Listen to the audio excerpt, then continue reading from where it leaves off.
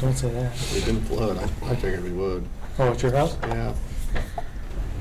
Had to be at least half an inch. Yeah. It rained pretty hard. Pretty good rain.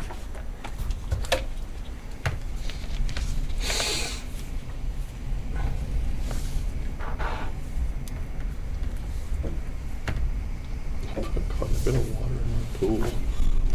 That's funny. Bonus?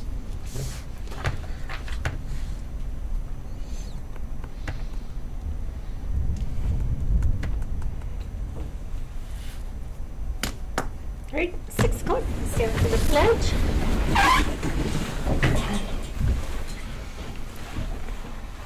I pledge Allegiance to the flag of the United States of America and to the republic for which it stands, one nation, under God, indivisible, with liberty and justice for all. Just a reminder to silence your cell phones, please. Let's start with roll call. Mayor Sherman. Here. Councilor Horton. Councilor Quinlan. Here. Councilor Scalise. Councilor Skiles. Here. Councilor Spradlin. Here. And Councilor Tyree. Here. All right, we have a quorum. Approval of the agenda. Do we have any changes for the agenda tonight? If not, I would look for a motion to approve. Will we approve the agenda for the regular meeting of June 8th, 2026? Second. Any discussion? Roll call vote. Councilor Quinlan. Yes. Councilor Skiles. Yes. Councilor Spradlin. Yes. Councilor Tyree. Yes. Mayor Sherman. Yes. All right, that motion passes. Approval of the minutes. We've got minutes from our last regular meeting and the special meeting that we had. We can combine these into one motion if anybody, unless anybody has any corrections or anything. I'll look for a motion to approve. I move we approve the regular meeting minutes for May 11th, 2026, and the special meeting of May 28th, 2026. Second. Any discussion? Roll call vote. Councilor Tyree. Yes. Councilor Spradlin. Yes. Councilor Skiles. Yes. Councilor Quinlan. Yes. Mayor Sherman. Yes. All right, that motion passes. We'll move on to visitors and delegations. Go to citizen comments. Citizens are invited to speak to council on any item that does not have a public hearing scheduled. There's a 5-minute time limit per person unless otherwise noted by the mayor. Please note that no formal action will be taken on an item that is not on the posted agenda due to an open meeting law provision. However, they may be placed on a future posted agenda if action is required. To better assist you with questions, please submit them in writing to the city clerk and someone from staff will respond.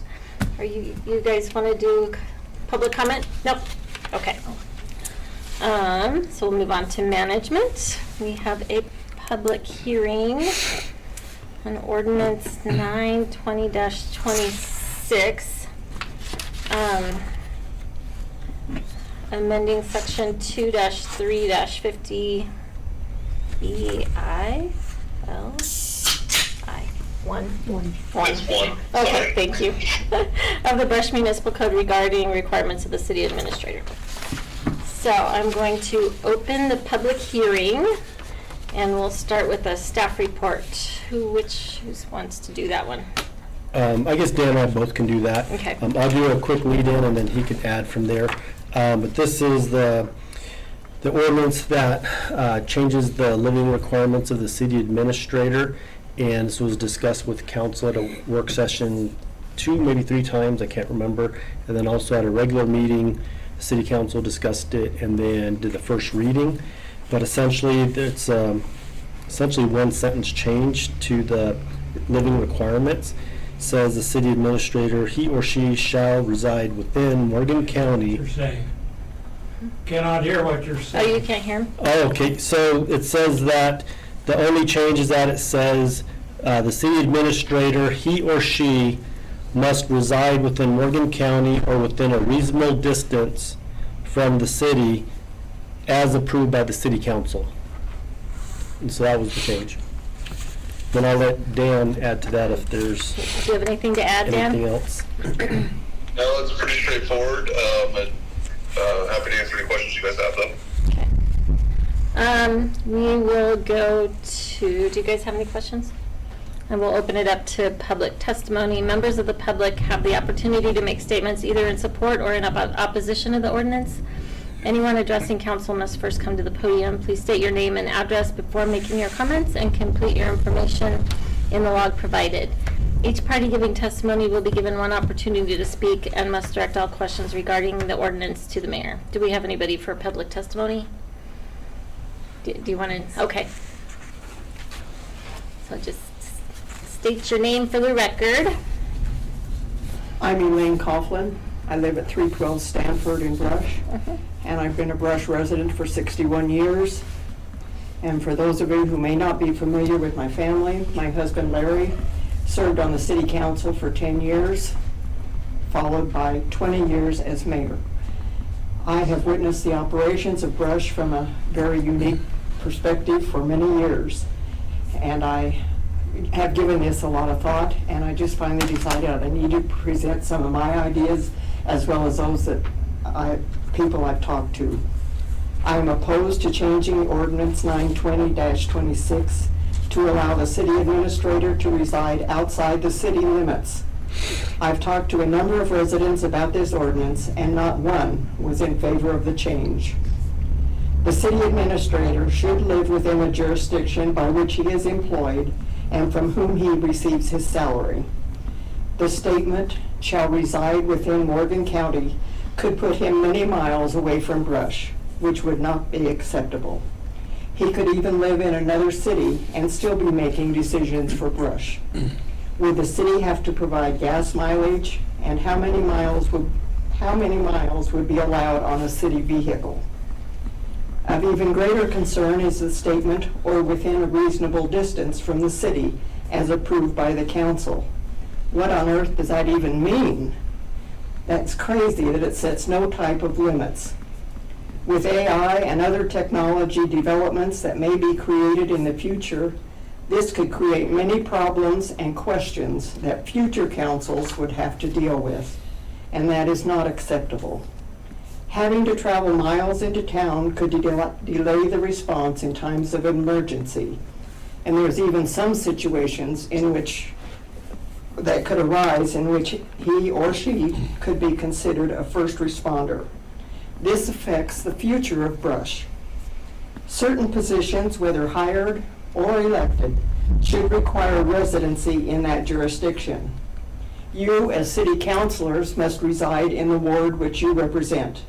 County commissioners must reside in the county, and the governor must reside in the state. The Brush city administrator should live in Brush. He or she should be subject to the same property taxes, utility charges and fees, and use taxes that are imposed upon the city of Brush, citizens of Brush. Also, by living in Brush, the administrator is able to experience how the services that are offered by the city function for its citizens. Our current administrator agreed in his employment contract to the residency requirement, and he should be held to that agreement. If he wants to or plans to move out of the city, then he should resign.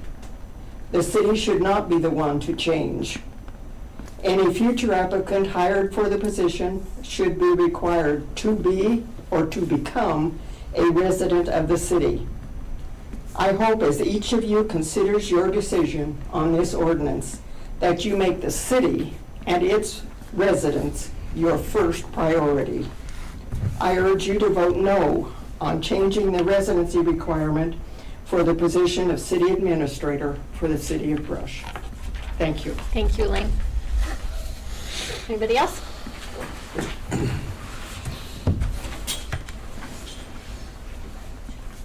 I'm Larry Coughlin. I live at 312 Stanford Brush. I have visited with several people about the council considered to approve this ordinance allowing the city administrator to live outside Brush. Many of them had no idea you were even considering it. Since the only information that was in public notice of the Brush Morgan Times, which many missed. Most of the people I talked to said that allowing the city administrator to live out of town was a bad idea. Brush has required a city administrator to live in Brush since Brush went to the city administrative form of government at least 50 years ago. It has never caused a problem of form administrator since then. While I was a council member and member of the, and mayor, we never passed an ordinance which benefited one individual and did nothing to administration of the to improve the administration of the city. Therefore, I would urge you to vote no on the second reading of ordinance number 920-26. Thank you. Thank you, Larry. Anybody else?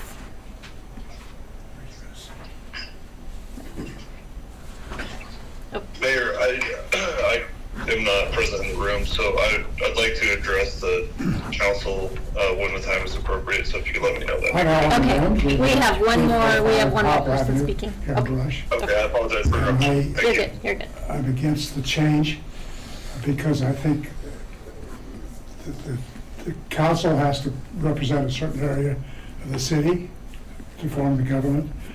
I think that the administrator should also be included in the town to be part of that team in the city limits. I think that's very important.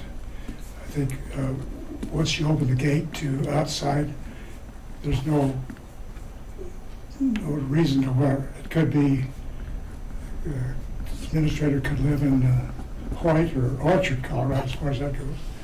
And when the administrator leaves the city, it increases the transportation. I'm sure that the administrator gets a vehicle furnished and for his transportation.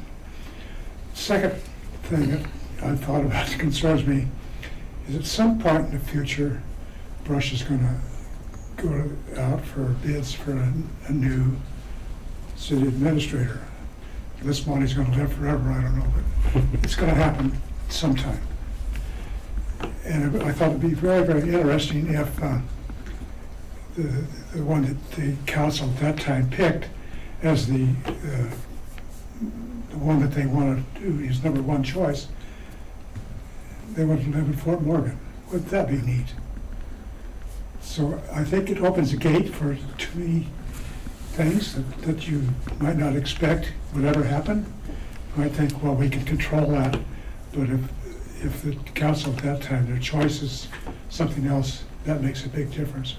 And the way things are today, the spouse, he or she may have a job in Morgan, and they will be your number one candidate for the council here in Brush. I can't see that as being a very workable situation, in my opinion. So I would hope that the council would turn down this proposal and stay where we are. I think in the long run, it's the best thing for Brush, Colorado, to keep the team together. Thank you. Thank you. Anybody else? Okay, Dan, go ahead and, it's your turn. Well, thank you, Mayor. And I'm sorry, I probably should have included some of these reasoning in my my comments. I think Monty did a good job of summarizing it. Thank you to all that spoke. You definitely hit a lot of the concerns right on the head. You know, if there is a natural disaster, you want your administrator to be close enough to timely respond and be there to organize with the fire department and the police and everyone else. You want them to be close enough to know really what it's like after hours or at night or whatever it is in the city, and for them to be kind of hands-on. That being said, just as a way of information for the council, about half of the cities that I represent have this requirement, maybe actually probably less than half of them. I think 2 of 5 have this. The other 3 do not, and there's also good reasons for that. One of them is there's a difference between elected officials, which are you guys who statutorily have to reside in where your constituents live, and appointed officials, which is Monty. So there was some concern brought up about, you know, if the administrator isn't living in Brush, are they going to experience the same taxes, the same services provided, and all that, or are they just going to not be subject to any of that. Those are all good concerns. Those aren't single-handedly done by the administrator. That's going to be your guys' job or a vote of the people or any of that. There's also concern about, where is, if Monty doesn't live forever, in the unlikely event that happens, where's the next guy going to come from? And that's kind of a double-edged sword in that, is it someone local or is it someone in a neighboring jurisdiction? And are you getting a bigger, better candidate pool by expanding that jurisdiction? Most of the cities that I represent do kind of like that. And the reason they like it is you're allowed to, the city council can dictate, yes, this is a reasonable distance from the city, or no, you're 50 miles away, that's not ever going to work. It's kind of left open-ended in most of the cities that I represent that don't have that restriction that they live in town, just so you don't put in 3 miles and someone moves 3.5 miles away. So it's a case-by-case basis. It's still left up to the council. Another thing that we're seeing happening more and more is, I don't want to downplay it, and I have no idea if this is happening in this case or not, but kind of harassment. It gets difficult for the person who has to tell 50% of the people no 50% of the time to live in a city where it's just relentless, and sometimes lifestyles change, families change. You don't want to lose good people for that reason. So really the choice is up to you guys, and I thank you to everyone who spoke. You guys made great points. I just want the council to be informed on kind of both sides of the coin. That's all I had. Thank you, Dan. That's our city attorney. He's our city attorney.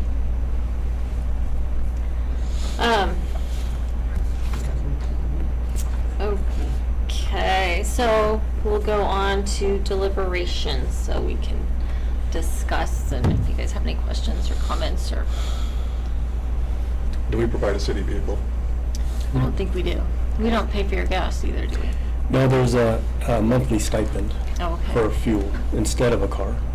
Okay. And you get that wherever you live? Correct. Yeah, and we wouldn't increase that? No. No. Can you guys talk louder? I asked the question whether or not if we provided a city vehicle for the city administrator, and the answer is no. We provide a stipend for fuel that will not change. So there's no city vehicle provided for Monty or any of the city administrators that have been here. So that wouldn't be too much of an issue. No. And how does it read as far as distance? Well, let's see. It's approved by city council. Yeah, so we basically So have we to could say set like the distance. within 8 miles of the brush city limits or something, or. Presumably, we're looking at, like, if you're gonna move, you would say, I wanna move to Wiggins, and we'd say, No. that's too far, no. Well, it says Morgan County or another distance approved by the city council. Yeah. Okay. Yeah. And wording it that way allows you guys some wiggle room if Monty decides to retire and you guys are looking for new candidates. Yeah, because I do agree that opens up the candidate pool when we do need to replace Monty, because he's not gonna, I'm sure he wants to retire at some point, but, being able to have a bigger candidate pool, people that, we might have a great candidate that can't find a place to live in Brush, or, their kids want to live on a farm, or, I think there's a lot of things to consider. So clarify for me, if, say, the administrator wanted to live in Wiggins because it is in Morgan County and we said no, that could be overturned, or it could be, who has the power to say? We do. So we can say no, Yes. that's not close enough, in our estimation, that's not. Yeah, that would be, every council would have that, but not if he moved. They'd be bound by, like if, say Monty moved 10 miles away, the councils that succeed us would be bound, they wouldn't be able to force them to come back. But the next city administrator, the next council would be able to dictate that mileage again. Does that make sense? Yes. I think that's why they're leaving it open-ended. Dan, can you speak on that to make sure we're clear on that point? Yeah, if I can get myself unmuted. Yeah. You guys are clear on that. It's one of those, to the extent that you want to allow a city administrator to move outside of the city, that would need to be approved by council. Once that's approved by council, that location is kind of like a building permit or something when you play by the rules that are in place at the time. So let's say Monty wants to move 5 miles out of town. You guys say, yeah, that's great. Monty can't then turn around and say, actually, I'm going to move 50 miles out of town. That increases the degree of non-conformity. So, or future council can't say, no, Monty, now you have to move back into town without changing the ordinance. So it gives your council the discretion. Does that make sense? Did I answer your question? Yes. Thank you. What's the house doesn't the city own the house on County Road S that they use for law enforcement stuff? But isn't that something like, you get a city administrator that's from out of town and they can't find a place out here? They would have offer them like a temporary housing until they can find something also? Isn't that something that would be there for that? You know what I'm saying? Yeah, So that could probably be discretionary just because it's not permanent housing. It's just temporary. and that's the same thing with law enforcement. It was just a temporary, Yeah. so they can claim residency and get established, so that they can bring a pool of candidates from other places. Monty, we don't have this requirement for any other appointed position, correct? No. Miranda, you're not held to that requirement? There is something in code that states the termination ability. It's weird, and I haven't reviewed that yet with Dan, but there is one mention of my residency in code as well. I'm looking it up right now. I'll let you know what I find.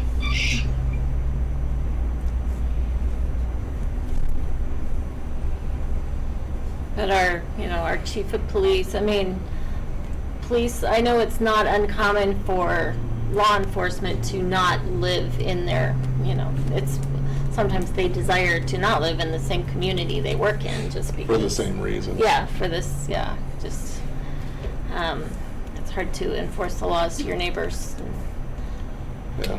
And again, so the biggest difference, the reason council lives within wards is because we're elected officials. Yes. Right. So we're not technically comparing apples to apples. Right. Is that correct? It's elected versus appointed, yes, I agree. Okay. Yeah, and the other appointed officials are myself, who I would love to live out there, but I can't.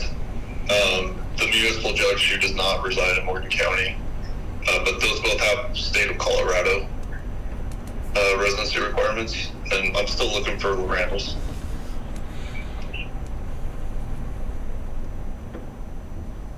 Does anybody know in Morgan County, as far as city administrators, are most of them are within their city limits, do you know, or? I think Wiggins, for years, theirs has been out of the area. Okay. And then their newest one, I'm not sure where he's at. They've had a number of different administrators. Fort Morgan's had administrators that didn't live in the city. I don't know if they have that. Because, They don't have that requirement. I don't think they do. I'm trying to remember who the administrator was. Just trying to get a feel for what our neighbors are doing as well. Yeah. Maybe Morgan County, even Logan County, Sterling. Sterling just replaced their city manager, and I know he came from out of town, but I don't know if he lives in Sterling now. Okay.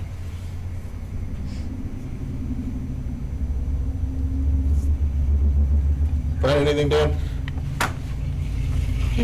Well, I'm going through my legal program, and I'm also AI'd it. AI says that you guys don't require it, which is obviously not correct. Yeah, AI has been wrong about our code before. Yeah. Very wrong.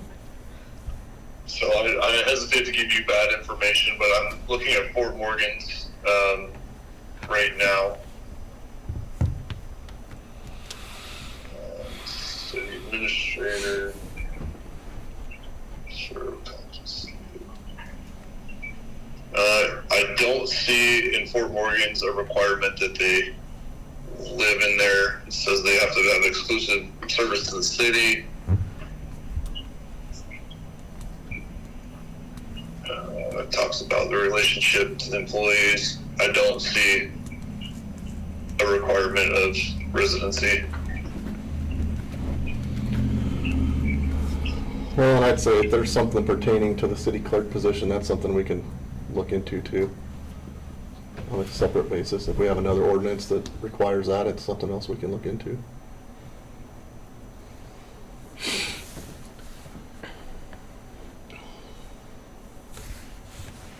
Yeah, I don't see anything about residency requirements, but it might be a different area.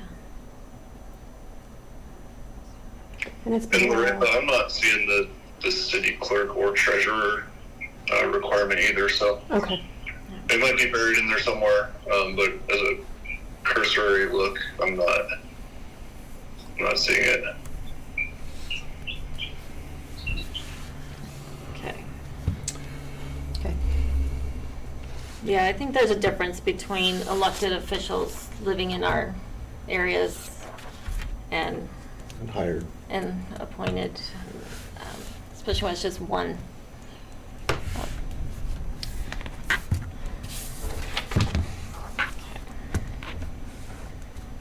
Does anybody have anything else?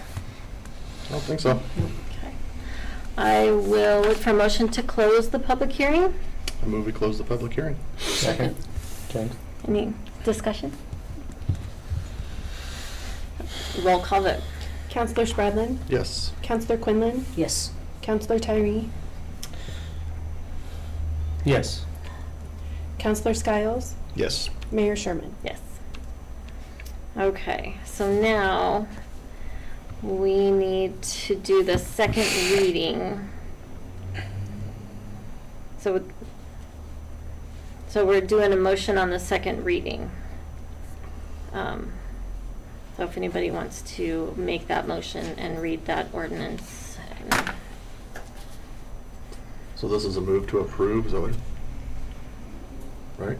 Yeah, is this the, yeah, because we're not introducing it, this is the second So reading. move to approve on second reading ordinance number 920-26, amending section 2-3-50, subsection B1 of the Brush Municipal Code regarding requirements of the city administrator. Second. Any discussion? Just real quick, realizing that I think everybody in this room is here from my ward, the ward that I represent. I realize this is something that people in my ward care about. I just want to make it clear that I think that it's important that for the future of Brush, we have a big applicant pool when we have to replace Monty someday. So I realize the vote I am about to cast is going to be unpopular, but I think it is necessary for the future, and that's why I'm doing what I'm going to do. That's all I have to say. Commendable. Roll call vote. Counselor Skiles? Yes. Counselor Tyree? Yes. Counselor Quinlan? Yes. Counselor Spradlin? Yes. Mayor Sherman? Yes. All right, that motion passes. Okay, so we have another public hearing. Thank you guys for coming. On ordinance 921-26, amending the Brush Municipal Code regarding Robert's Rules of Order. So I will go ahead and open the public hearing. And Dan Kropp has a staff report for us. Thank you, Mayor. Robert's Rules of Order is a riveting read that is super short and not complicated at all, and that's as much sarcasm as I could possibly put in anything. It's a very technical, very long read. A lot of the rules just don't lend themselves well to municipal settings. So much so, in fact, that the Colorado Municipal League and Bob Widener set up what's called Bob's Rules of Orders, which is a softer version of them. Right now, your code says that the meetings of the city council shall be conducted by the mayor according to Robert's Rules of Order as revised. This change just says in general conformity with Robert's Rules of Order. I still recommend we kind of follow Bob's rules and use it as a good basis, but strict compliance is just not a good move for municipal procedures. I agree. Not very realistic. That's the word I was looking for. Realistic. And then I don't think we have anybody here for public testimony anymore. So we will move on to deliberation. I got nothing, this one's a slam dunk. This one sounds easy to me. Yeah. Robert's rules can be really confusing. Yeah. Yeah. it is. And if you go step by step, Yeah. stuff can get thrown out without, Yeah, I mean, absolutely. I think it can hinder procedure even, Yeah, to the absolutely. point that we're not authorized to make decisions. Yeah. Yep, I agree. So, all right. Thank you, Dan. I will look for a motion to close the public hearing. So moved. Second. Any discussion? Roll call vote. Counselor Quinlan? Yes. Counselor Stiles? Yes. Counselor Spradlin? Yes. Counselor Turney? Yes. Mayor Sherman? Yes. All right. So that motion passes. We will move on to the second reading. Would somebody like to make a motion on this second reading of this ordinance? Is this to approve? Yeah. I move we approve ordinance number 921-26, amending the Brush Municipal Code, section 2-2-80, regarding conducting meetings in the general conformance with Robert's Rules of Order. Second. Any discussion? Roll call vote. Counselor Turney? Yes. Counselor Spradlin? Yes. Counselor Skiles? Yes. Counselor Quinlan? Yes. Mayor Sherman? Yes. All right, motion passes. Okay, finance.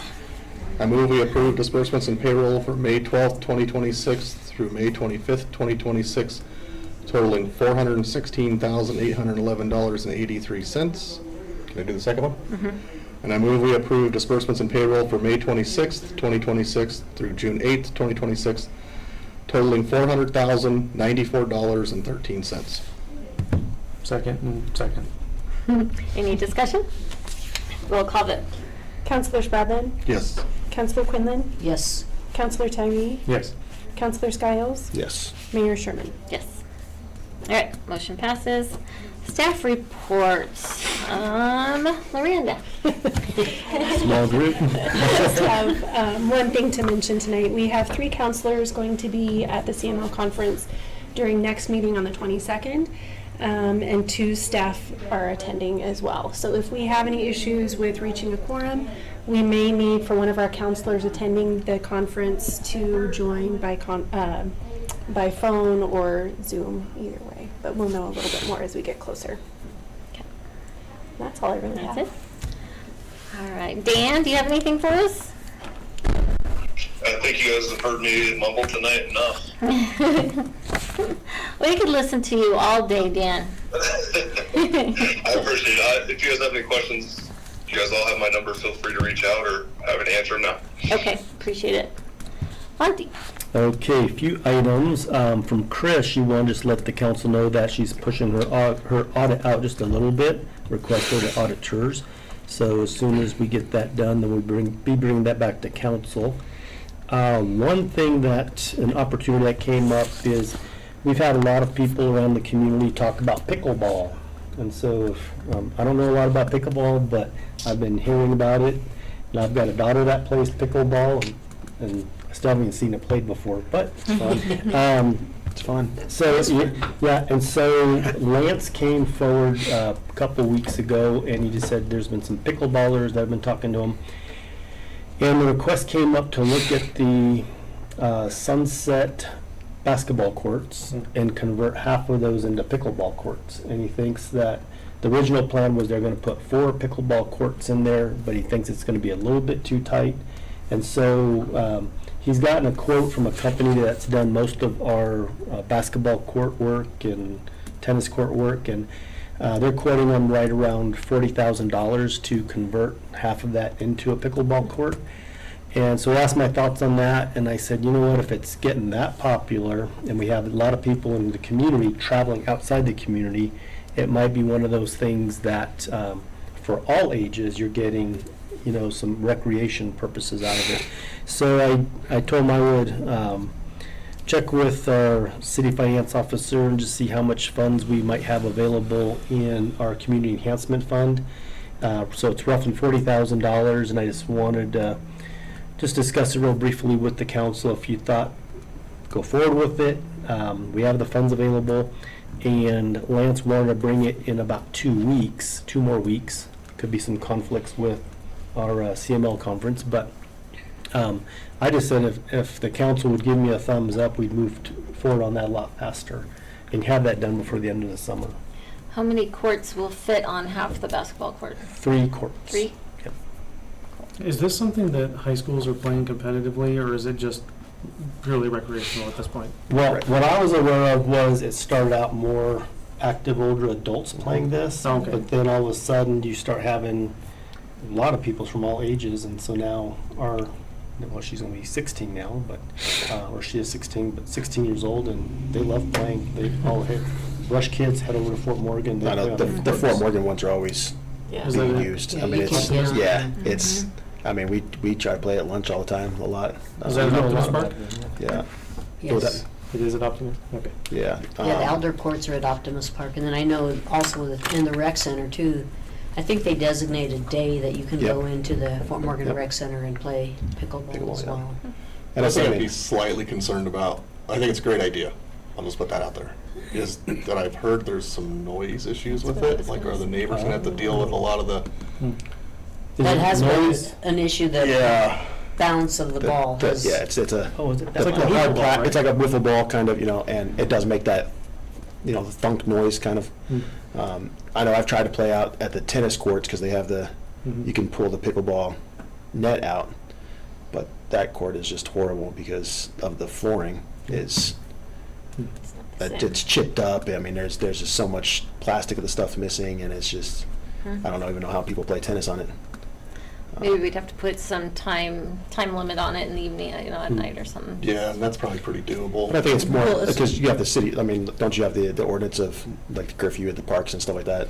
Isn't it similar to that with the basketball courts? Because you Yeah. have the basketball courts over there, and Well, that's not and you exactly got quiet either, you baseball know. games Yeah. going on. It's pretty Yeah. noisy. Yeah, I mean, I think It's just kind of a the recreation area the curfew with the- anyway. That's Yeah. true. The curfew with the park. Yeah, there's already noise going on. I mean, I think if people will use the court, because I don't know how much it's used for basketball, but if we can get more people using recreational stuff, I think that'd be great. Yep, I think so too. I'll tell you, I'd love to not drive to Fort Morgan to play. Yeah. And then we get all the way to Fort Morgan and it's And full, they're full. and you're sitting there waiting, and you're just like, In fact, I seen Fort Morgan also converted one of their tennis courts, I believe, or they, I believe I just saw something on Facebook about that, where they either added a pickleball net so they Net, yeah. can, and probably lined it to get additional courts in that area in the Optimus Park. That's, yeah, it's the craze. Yeah. No, I think it's a great idea. Yes, I'm good with that. Okay, Go for and so what I'll do is I'll talk to Lance more about it this week, and then if we want to move forward a little quicker, I'll give a courtesy call to the Mayor Pro Tem, and if you guys are good, we'll execute that agreement and then bring it back and have it, what's it called? Approved after the fact by council. Ratified. There you go. Cool. Okay. Next item, 7 Circle Drive. We were talking about it last week and earlier today than this evening. But 7 Circle Drive, we haven't had any luck with the 2 potential tax lien holders that might be able to acquire the property. So Dan's gonna be checking with the county and see if there's anything else we can do with it.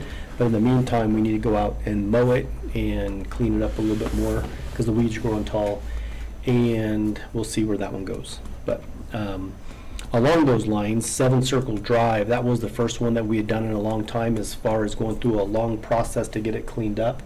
And then the code enforcement, police department, they came up with, I think it was about 12 different properties that I mentioned to the council probably like a year ago. And we didn't want to dive into all 12 properties at one time because it cost a lot to clean up these properties.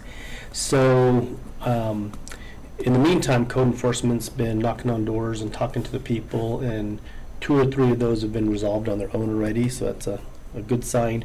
They're going to keep pushing on a few others and see if they can get them just to take down the falling down fences or the sheds in the backyard that are collapsing. So moving forward on that, and then hopefully by the end of the summer, most of those are taken care of. If not, we'll go through our next one.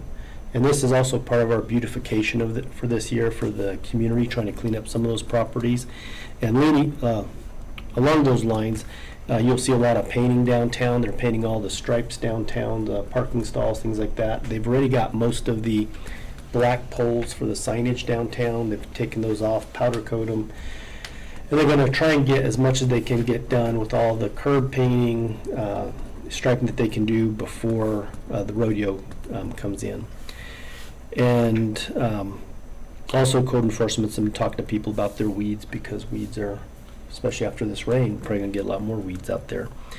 Other things, Colorado Parks and Wildlife, the service center, it still is slated for north of town, but by the Brush Agro Park. And in about 2 weeks, we're supposed to meet with their designing engineers and go the next step forward. So hopefully that works out well.